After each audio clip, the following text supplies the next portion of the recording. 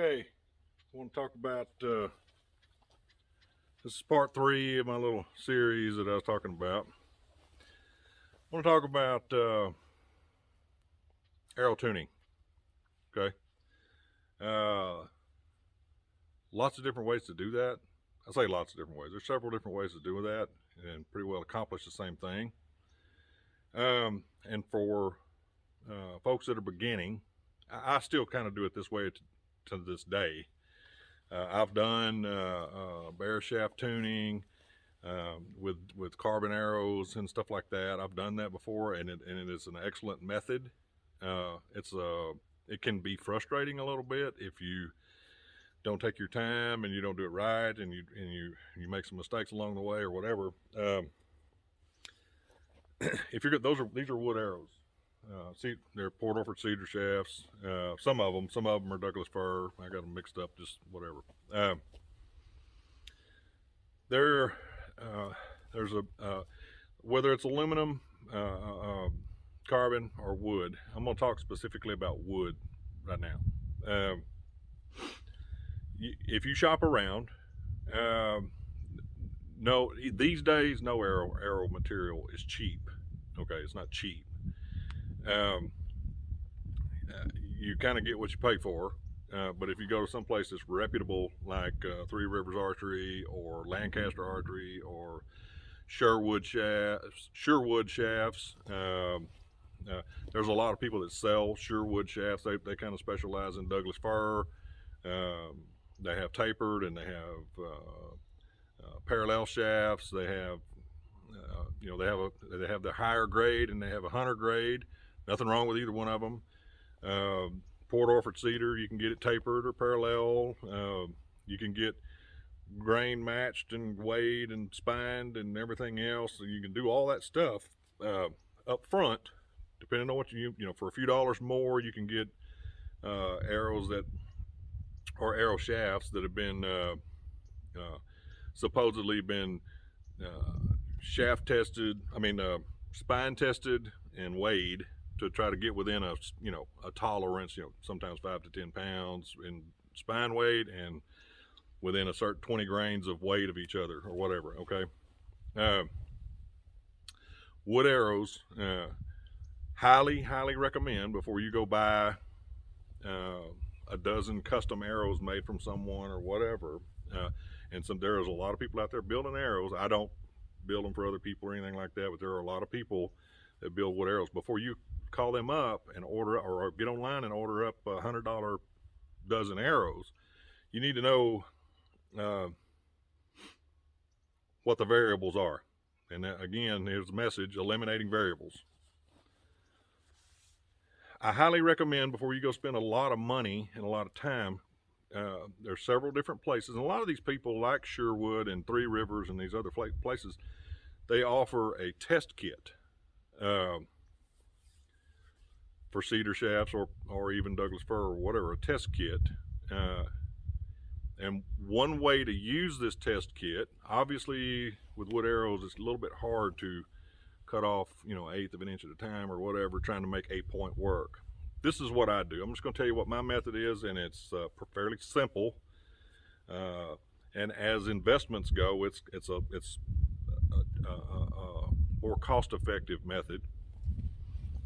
What I have done before, years ago, I bought a test kit. And you have some decisions to make when you get this test kit. Do you want to shoot 125 grain head? Do you want to shoot 150 grain head, a 200 grain head, whatever size head it is, okay, for your broadhead that you're going to hunt with?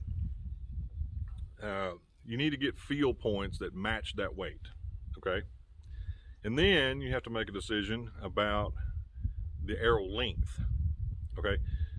There's a couple of different ways to do that. What I prefer to do, and it's kind of a trigger for me, is when I draw my bow, when the metal portion or the back of the broadhead barely touches my index knuckle on my left hand, that's kind of a trigger for me, for a release, or like a clicker, if you will, but up on the end of your finger. Never Never ever cut arrows too short, especially with a broadhead on it, for obvious reasons. But anyway, I digress. Pick the hit weight of head that you want to shoot. Fletch the test kit. I mean, you can buy them fletched, but generally they come either left wing or something, and that may not be the feathers you want to shoot.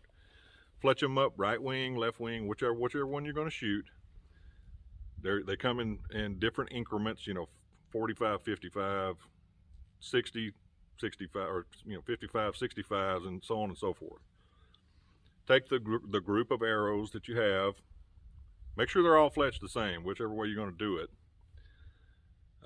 Cut the arrow to all three of these, or four of them, whatever it is, all four great weight groups. Cut them to the length that you want to shoot, and this is the head you want to shoot. Okay. Shoot. Of course, you need to know. They'll have different color fletching on them, or mark them, or do something like that, where you know what you're dealing with. Obviously, shoot these arrows. Don't shoot them one time and say, "Oh, this one's no good. I'm going to shoot this one." Shoot each one of these arrows in succession with each other until you start recognizing which one's flying best for you. Okay. And then start eliminating these other ones. And then when you get down to the one that's shooting the best from all these, I'm talking about the paradox is right. It's cleaning up. It's flying straight, and it's flying where you're looking. It's not impacting left or right. That kind of thing. If you can consistently shoot that arrow, okay, that's going to be pretty close to what your spine weight needs to be for your style of shooting. A lot of people do this and don't even realize they're doing it. A lot of people do it for their whole life, including me. I've got a quiver full of arrows. I got quivers in the ranch house. I got quivers everywhere. Some of the arrows shoot better than the other ones. Those are the ones that I hunt with. You may have a whole dozen arrows, and for whatever reason, there's that one arrow in there that every time you shoot it, you hit what you're looking at. That arrow definitely needs to be in your quiver. It's wood.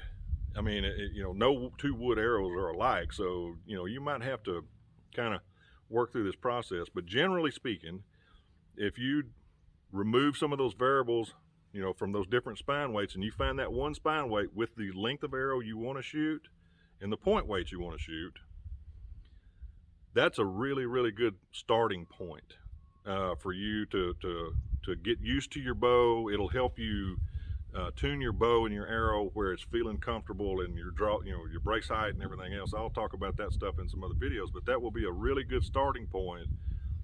So you can actually get used to your bow, and then you know what to expect from your bow.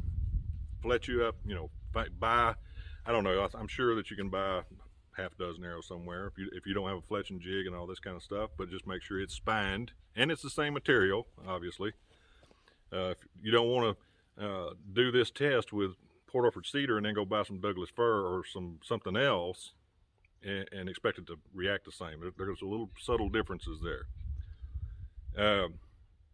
Once you've done that, like I said, that's going to start helping you develop the shot process and everything that I've mentioned in these before. Now, beyond that, and the more time you spend and the better you get at this shot process, and the better you get, then at that point you can, if you want to switch to, say, aluminum or carbon or something like that, where it's really easy to change your insert weights and your head weights and all that kind of stuff, you can play with that. There's an infinite different combination of weights and things like that you can do with that kind of material.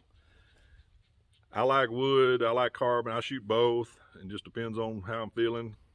I prefer wood. It's a little bit heavier throughout the arrow, and it makes a really good sound when you shoot it. I like them. I also like my carbon arrows because every one of them is perfectly straight, and you don't ever have to worry about that. So it's up to you. You do whatever you want to. Try this method. See if it works for you. Leave some comments down below, and if you have any questions about it or where to buy this stuff at. Right now, I'm not an affiliate with anybody or anything like that, so I'm not trying to sell you anything. I'm just trying to help you through the process of getting your stuff where it shoots good enough where you can enjoy your target practice. This is part 3, and we'll come up with some other stuff for part 4 and so on. So thanks, and enjoy your afternoon.